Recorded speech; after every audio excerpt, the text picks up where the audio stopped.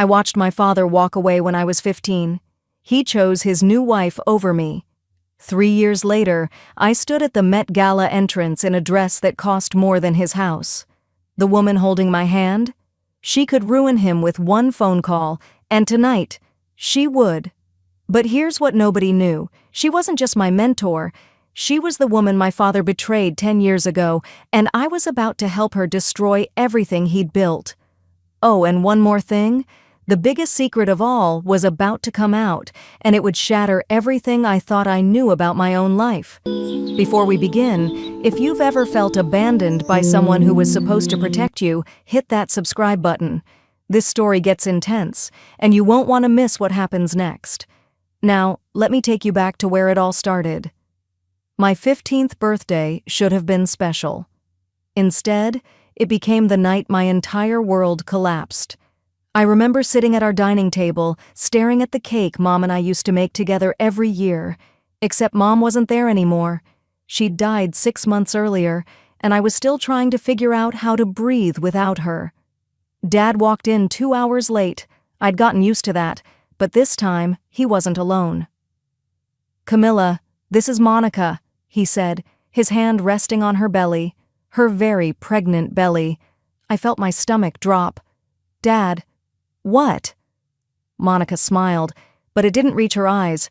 "Surprise! You're going to be a big sister." I looked at my father, waiting for him to explain, to tell me this was some kind of sick joke. He wouldn't meet my eyes. "Monica's carrying my son," he said quietly. "We're getting married next month." "Mom died 6 months ago." The words exploded out of me. 6 months! "Your mother's gone, Camilla." Monica's voice was ice cold. "It's time for your father to move forward. We all need to move forward." "You're disgusting," I whispered. "Both of you." The slap came so fast I didn't see it coming. My father's hand connected with my cheek, and the room went silent.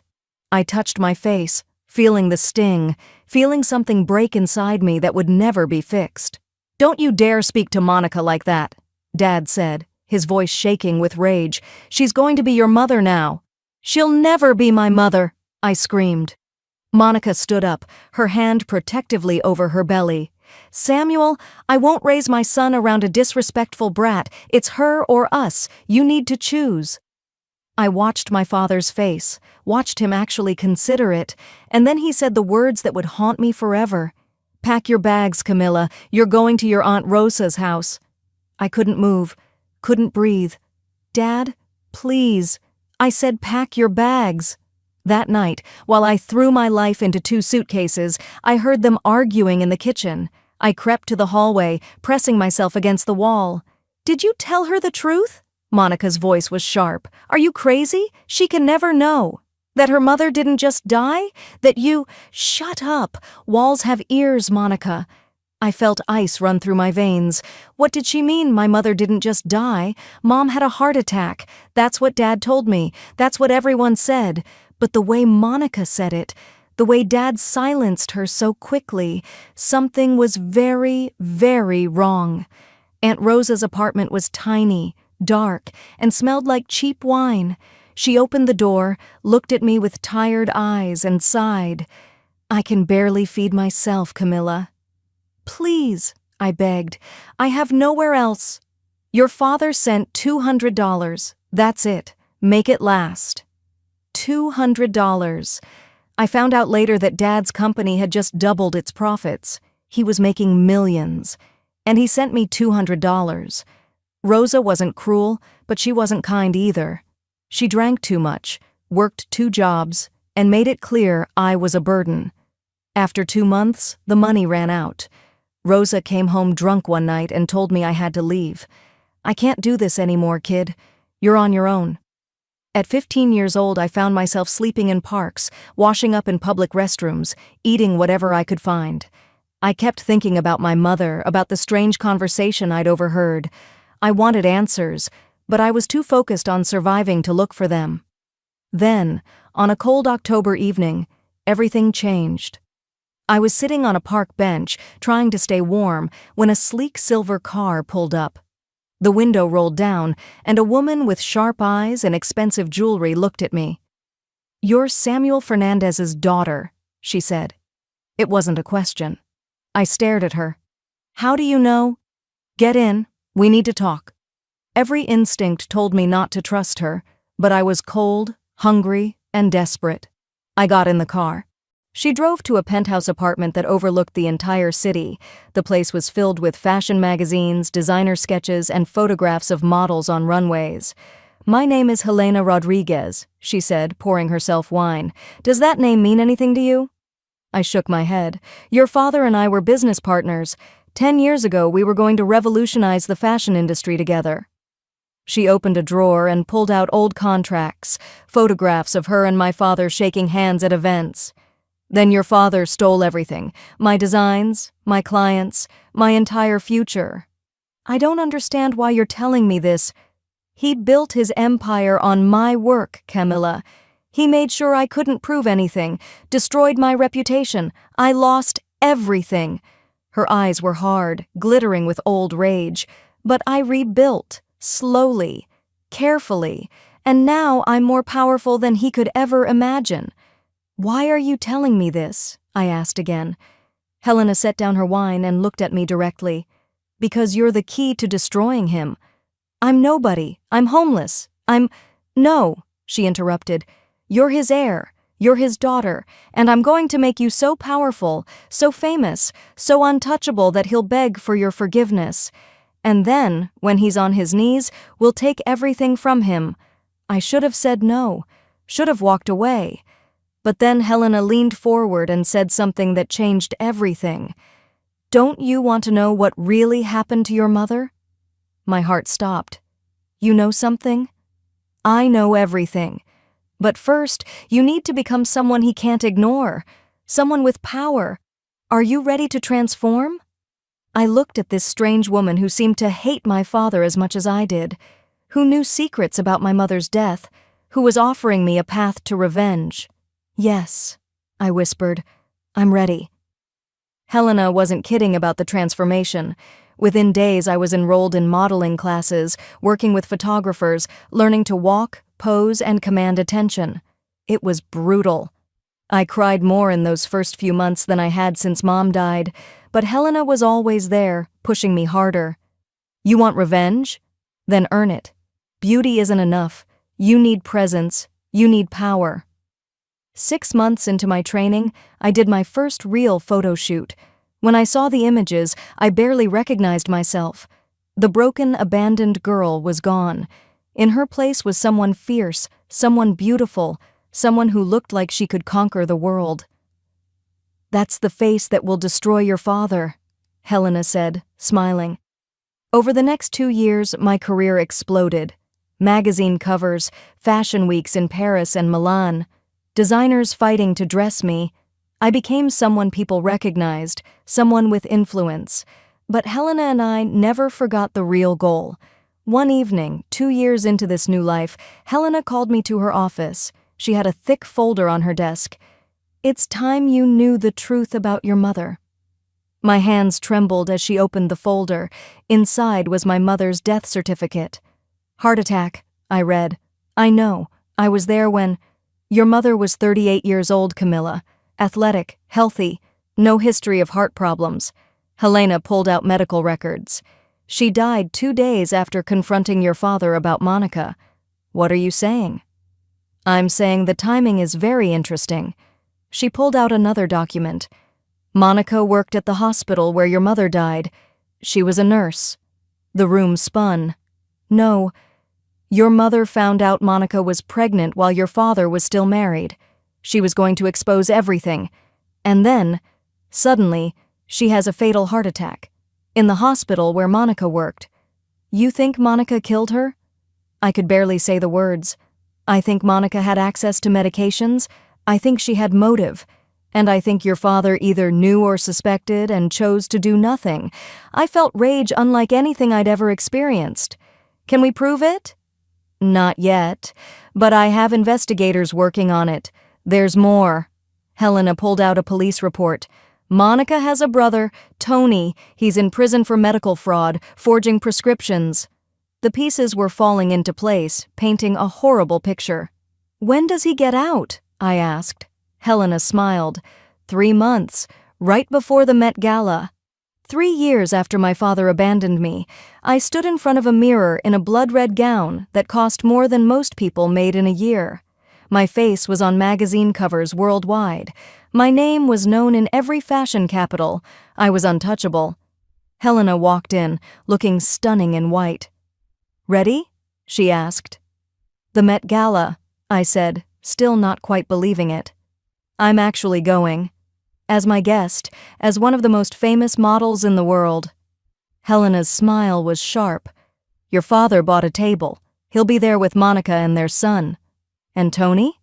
"Released yesterday, very angry with his sister, very willing to help us for the right price." I turned to look at Helena. Over these 3 years, she'd become more than a mentor. She was the mother figure I'd lost, but I knew her help came with a price. "What happens after tonight?" I asked. "After tonight, your father loses everything. His reputation, his company, his freedom if Monica confesses." "And what do you get?" Helena's eyes were cold. "Justice, finally." The Met Gala was exactly as spectacular as I'd imagined. Cameras flashed as Helena and I walked the carpet together. Photographers screamed my name. I was no longer the abandoned daughter. I was Camila Rodriguez Fernandez, supermodel, icon, untouchable. Inside the venue, I saw him immediately. My father, older and grayer, standing next to Monica. She was dripping in jewels he probably bought with money that should have been mine. And between them, holding Monica's hand, was a little boy about 3 years old. My half-brother, the son my father chose over me. Samuel saw me and went completely pale. Monica followed his gaze and her face drained of color too. Helena squeezed my hand. "Showtime." We walked directly to their table. Samuel stood, his mouth opening and closing like a fish. "Camilla? Is that... My God, you look different from the last time you saw me?" I kept my voice cold. "When you threw me out like garbage?" Monica gripped Samuel's arm. "Samuel, who is this woman?" She gestured to Helena. Helena smiled like a shark. "You don't know?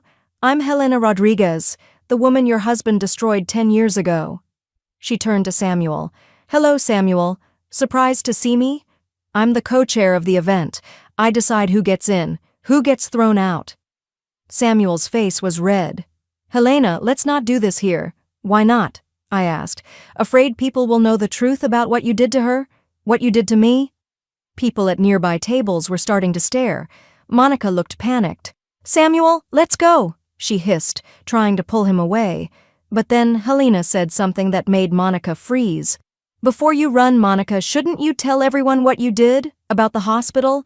About Camilla's mother?" Monica's eyes went wide with terror. "I don't know what you're talking about." "Really? Because I have medical records, shift schedules. You were working the night Aria Fernandez died. You had access to her IV medications." "You're insane." Monica's voice was rising, attracting more attention. Samuel grabbed Helena's arm. "That's enough. Get your hands off her," I said, my voice deadly quiet. He let go, looking at me like I was a stranger. In a way, I was. "Camilla, baby, I know I made mistakes," he started. "Don't call me that. Don't you ever call me that." Monica suddenly stood up, her face crumbling. "You don't understand. She wouldn't stop. Your mother wouldn't stop calling, threatening to expose everything." "Monica, shut up!" Samuel grabbed her, but she pushed him away. "I just gave her something to help her calm down, just something to help her sleep." Tears were streaming down Monica's face now. "I didn't mean for her heart to stop. It was supposed to just make her quiet." The entire room seemed to freeze. Security was already moving toward us, but I couldn't look away from Monica's face as she realized what she'd just confessed. "You killed her," I whispered. "You actually killed my mother." Samuel lunged for Monica, trying to cover her mouth, but it was too late. A man in a security uniform stepped forward, and I realized it wasn't security at all. It was Tony, Monica's brother. "Hello, sister," he said coldly. Monica screamed. Tony pulled out his phone. You let me rot in prison while you lived like a queen. But Mom told me everything before she died. Everything." He pressed play, and an old woman's voice filled the air. "Monica gave that woman something. She told me it was just to make her sleep, but I know my daughter. I know what she's capable of."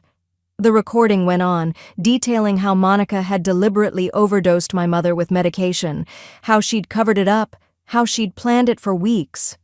Monica collapsed. Samuel tried to run, but actual security blocked his path. Police were already entering the venue. Helena stood there, calm and victorious. "It's over, Samuel. Everything you built on lies and stolen dreams, gone." I couldn't move, couldn't process what was happening. My mother hadn't just died. She'd been murdered by the woman my father brought into our home, and had he known? "Please." Samuel grabbed my arm. "Camilla, please, I didn't know. I swear I didn't know she killed your mother." "Liar," I said simply. "I'm your father." Helena laughed, a cold, bitter sound. "Should we tell her, Samuel, or should I?" I looked between them. "Tell me what?" Helena pulled out an envelope from her purse. "I've been holding on to this for 6 months, waiting for the right moment." "What is that?" "A DNA test, from hospital records at your birth." She handed it to me. "Samuel isn't your biological father." The world stopped spinning. I couldn't breathe. "That's impossible!" Samuel shouted. "Your mother had an affair right before you were born," Helena continued, her voice gentle now. "With my husband." I stared at her, at this woman who'd saved me, trained me, turned me into someone powerful. "You're my—" I couldn't finish. "Stepdaughter, technically, though my husband died before you were born, so he never knew." Helena's eyes were wet. "When I found you in that park, I was just looking for revenge against Samuel. Then I ran the DNA test to be sure, and everything changed." Samuel was shaking his head. No, that's not— Aria wouldn't—" "Aria fell in love with someone else," Helena said quietly. "Someone who treated her better than you ever did. But he died, and she stayed with you because she thought it was the right thing to do. For Camilla." The police were handcuffing Monica, who was sobbing hysterically. Samuel was being questioned. Their son was crying, confused and scared. And I was standing there, my entire identity shattered. Helena touched my face gently. "I should have told you sooner, but you needed to be strong enough first. You needed to see what you were capable of." "Did my mother know?" I whispered. "About your husband?" "She loved him, really loved him. But when he died, she chose to raise you with Samuel, hoping he'd be the father you deserved." Helena's voice cracked. "She made the wrong choice, and it cost her everything." I watched as they led Monica away. Watched Samuel desperately trying to explain himself to police. Watched his empire crumbling in real time, as news spread through the room, as phones came out, as the story went viral before my eyes. This was what revenge looked like. Complete destruction. So why did I feel so empty? Helena and I sat on the steps outside the venue long after everyone had left. The sun was starting to rise, painting the sky in shades of orange and pink. "I thought I'd feel better," I said quietly, "seeing him lose everything." "Revenge never feels the way we think it will," Helena replied. "Monica's going to prison. Dad's company is collapsing. Their son is in foster care." I looked at my hands. That little boy didn't do anything wrong, and now his whole life is destroyed.